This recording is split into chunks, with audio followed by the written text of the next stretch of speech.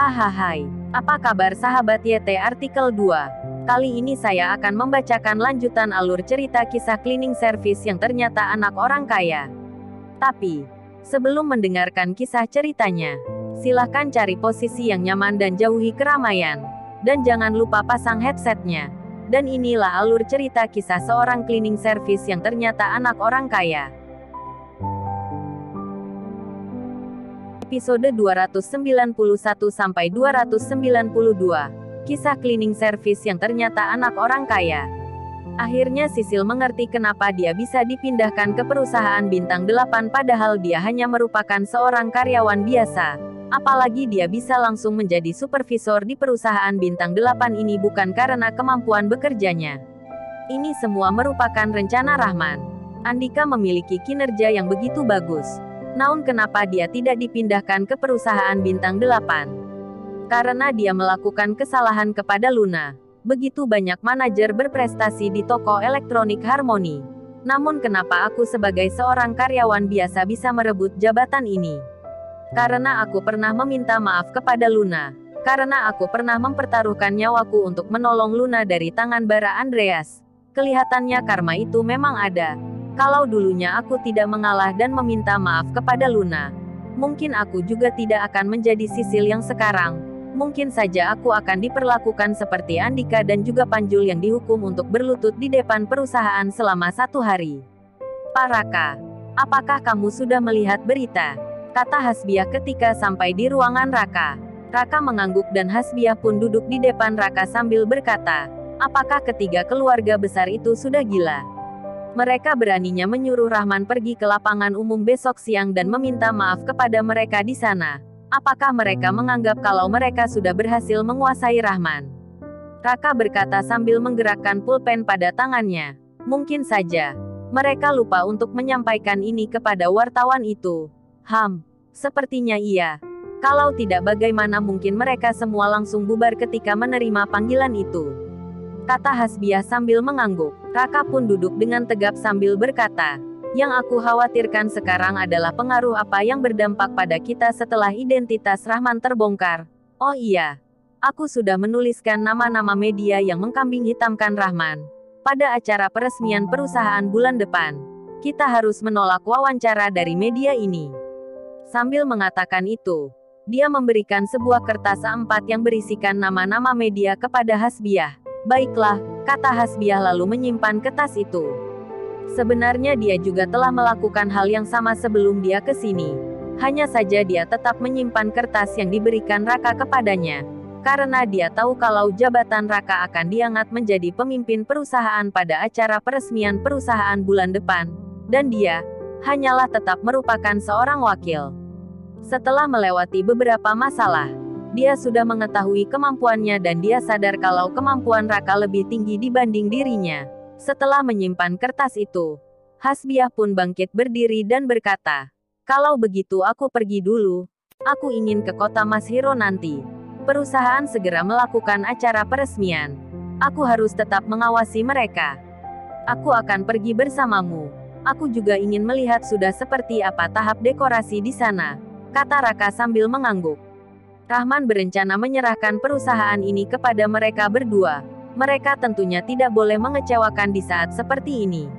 Namun mereka tidak berhak ikut campur dalam masalah Rahman dengan ketiga keluarga besar itu.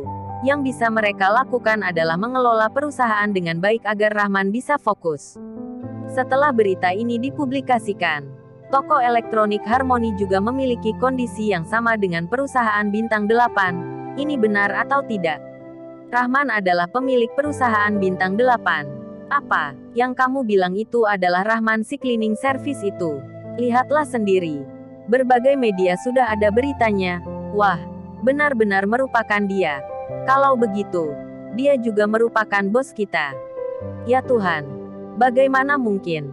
Bukankah dia hanya merupakan seorang cleaning service? Kenapa dia bisa menjadi bos kita hanya dalam beberapa bulan? Ini terlalu berlebihan. Semua karyawan sangatlah heboh ketika mengetahui hal ini. Sebagian karyawan hanya memerhatikan identitas Rahman dan tidak menghiraukan isi berita yang mengkambing hitamkan Rahman itu. Apakah ini merupakan cinta karyawan kepada bos? Tentu saja tidak. Mereka hanya dikejutkan oleh identitas Rahman. Jadi, mereka belum sempat membaca isi beritanya. Lihatlah berita di bawah. Rahman sepertinya melakukan kesalahan pada ketiga keluarga besar itu dan ketiga keluarga besar itu memerintahkan Rahman untuk meminta maaf kepada mereka di lapangan umum pada besok siang. Kalau tidak, mereka akan menghancurkan perusahaan bintang 8. Kata salah satu karyawan dengan terkejut.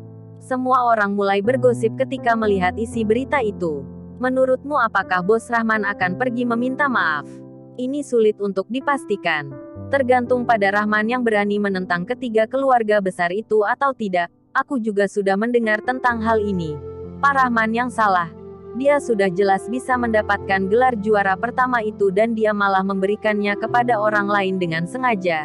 Ini membuat semua rakyat Yuzoda yang berminat pada bebatuan ini merasa sangat kecewa. Masalah ini seharusnya tidak hanya melibatkan ketiga keluarga besar itu. Mungkin seluruh pengusaha perhiasan juga ingin mencelakai Rahman. Semua orang seketika hening. Kalau memang begitu, Rahman pastilah akan kalah. Dia tidak mungkin bisa menang melawan ketiga keluarga besar itu. Aku tidak yakin kalau bos Rahman akan meminta maaf.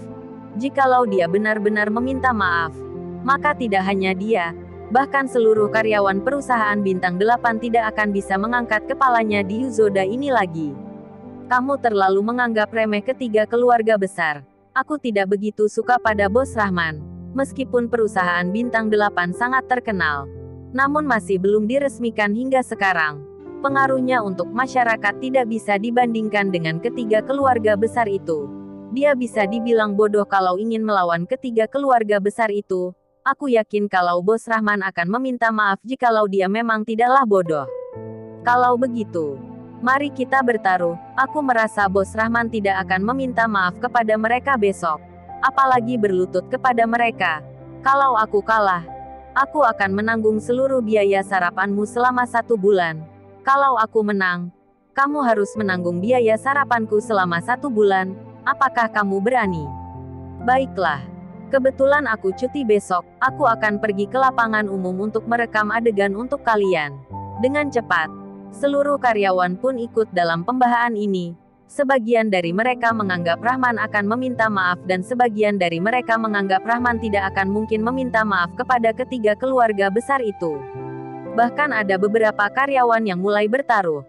Hal itu membuat perusahaan Harmoni menjadi begitu heboh dan tidak bisa bekerja dengan tenang. Irfan sangatlah marah ketika mengetahui informasi ini. Dia langsung menelepon karyawan yang bertaruh itu dan melakukan denda sebesar 4 juta kepada mereka. Perusahaan itu pun mulai kembali tenang. Manajer Andika, apakah kamu merasa Rahman akan meminta maaf? Tanya Panjul kepada Andika setelah pulang bekerja. Keempat keluarga besar di Yuzoda sudahlah berakar dengan dalam di Yuzoda.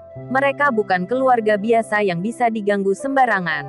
Namun 10 tahun yang lalu, perusahaan global menentangnya. Apa hasilnya? Kata Andika dengan datar. Panjul terkejut. Kenapa dia bisa melupakan hal ini? 10 tahun yang lalu, perusahaan global melakukan penentangan dan berhasil menekan keempat keluarga besar itu selama 10 tahun. Rahman merupakan pengontrol di balik semua ini. Bagaimana mungkin dia takut dengan ketiga keluarga besar itu? Bukankah jam istirahat besok ada 2 jam? Ayo ke lapangan umum untuk menonton pertunjukan yang seru, kata Andika sambil tersenyum. Dia lalu masuk ke dalam mobil pribadinya. Lanjut ke episode berikutnya. Episode 292. Ayah. Bagaimana kalau masalah ini dilupakan saja? Kata Temon kepada Aris setelah sampai di rumah.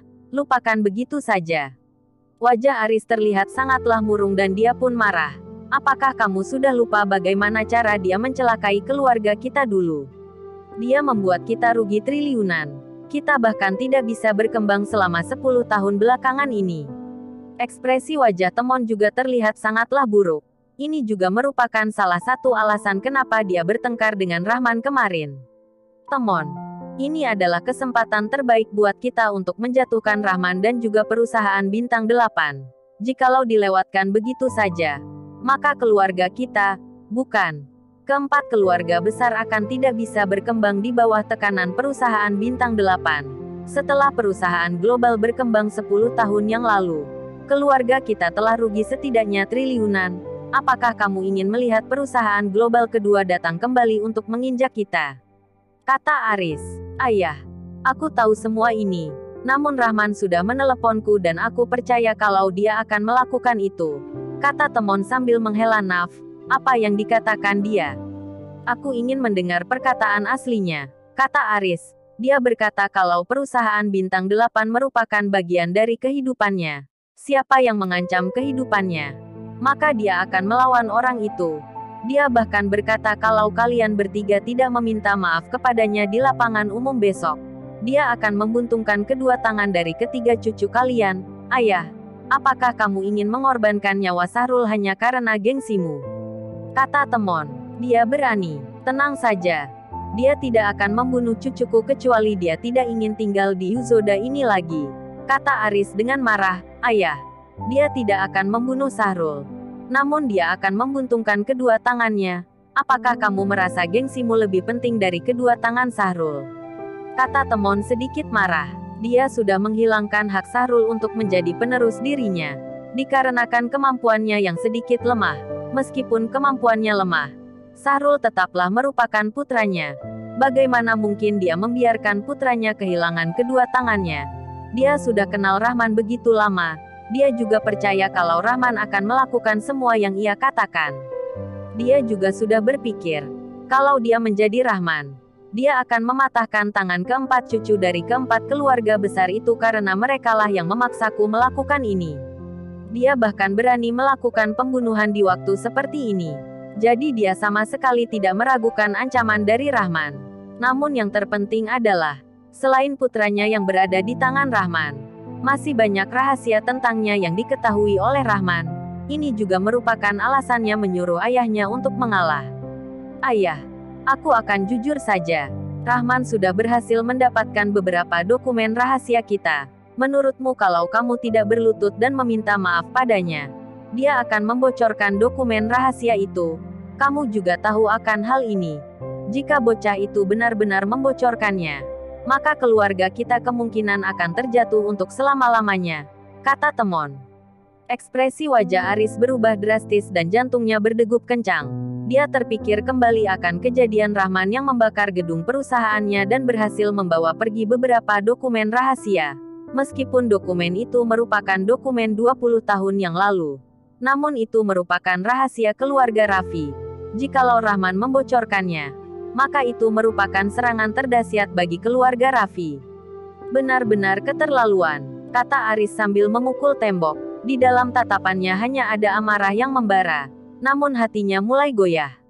Dia bisa mengabaikan nyawa Sahrul. Namun dia tidak boleh mengabaikan nyawa keluarga Raffi. Teleponlah dia. Aku tidak mungkin berlutut padanya. Aku akan menggunakan 200 M untuk menukarkan Sahrul dan juga tidak akan merusak perusahaannya lagi, kata Aris.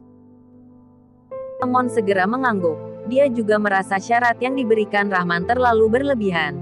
Jikalau ayahnya pergi berlutut besok, ini juga merupakan sebuah serangan buat keluarganya.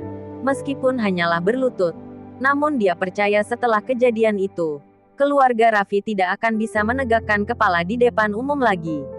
Rahman, kami tidak akan mencelakai perusahaanmu lagi dan akan menukarkan keselamatan putraku dengan uang. Namun ayahku tidak akan pergi berlutut padamu, kata Temon kepada Rahman melalui telepon. Dia merasa ini sudah merupakan toleransi terbesar. Jikalau Rahman tidak ingin terjadi peperangan, maka dia akan menyetujuinya. Aku tidak menganggap penting kekayaan keluarga kalian. Bagaimana kalau kalian tetap bertentang denganku? Syarat yang aku berikan tidak mungkin diubah. Aku akan tetap menentang kalian jika ketiga lelaki tua itu tidak berlutut dan meminta maaf padaku. Rahman langsung memutuskan panggilan itu setelah mengatakan ini. Ekspresi wajah Temon semakin buruk. Dia tidak menyangka kalau Rahman tidak begitu menghargainya. Apakah bocah itu ingin menentang hingga akhir? Di saat yang bersamaan, putra dari keluarga Net dan keluarga Palen juga meminta orang tua mereka untuk meminta maaf dan berlutut kepada Rahman. Keluarga Ned dan keluarga Palen juga menelepon Rahman dan bersikeras kalau mereka tidak akan berlutut pada Rahman. Namun mereka bisa menggunakan uang untuk menukarkan cucu mereka. Namun jawaban yang mereka dapatkan masih sama seperti Aris. Rahman semakin bersikap keras sekarang. Hanya bisa dipilih salah satu dari berlutut ataupun menentang hingga akhir. Mengapa? Mengapa Rahman berani bersikap keras dengan kita? Kata Roy dengan marah sambil memukul meja. Roy, tidak usah omong kosong dengannya lagi. Menurutku bocah itu tidak berani menyentuh Desta. Segera telepon keluarga Palen dan Raffi. Kita juga harus saling bersikap keras dan menentangnya. Kata Alshad yang juga terlihat sangat marah. Dia sudah begitu tua dan Rahman malah menyuruhnya untuk berlutut. Ini benar-benar membuatnya malu hingga mati nanti. Ekspresi Roy terlihat sadis dan dia sangat ingin melawan. Apakah dia harus menentang Rahman? Yang terpenting adalah apakah dia berani bertaruh tentang Rahman yang berani mematahkan tangan putranya atau tidak. Dan juga perusahaan milik Rahman belumlah diremsikan. Jikalau melakukan perang ekonomi dengan Rahman, mereka tetap akan rugi. Di saat ini, ponsel Roy pun berbunyi. Dia lalu mengangkatnya. Setelah mengangkat telepon itu, ekspresi wajahnya berubah drastis dan dia terlihat panik. Roy, telepon dari siapa itu? Ada apa? Tanya Alshad ketika melihat ekspresi Roy yang berubah drastis. Dia merasa tidak tenang. Roy menghela nafas yang dalam dan berkata, "Brankas kita sudah dibobol dan berbagai dokumen penting telah dicuri." Apa? Siapa yang bisa mencuri dokumen rahasia kita? Kata Alshad dengan terkejut. Rahman. Roy menggigit erat giginya dan menyebut nama Rahman dengan nada yang berat. Bersambung.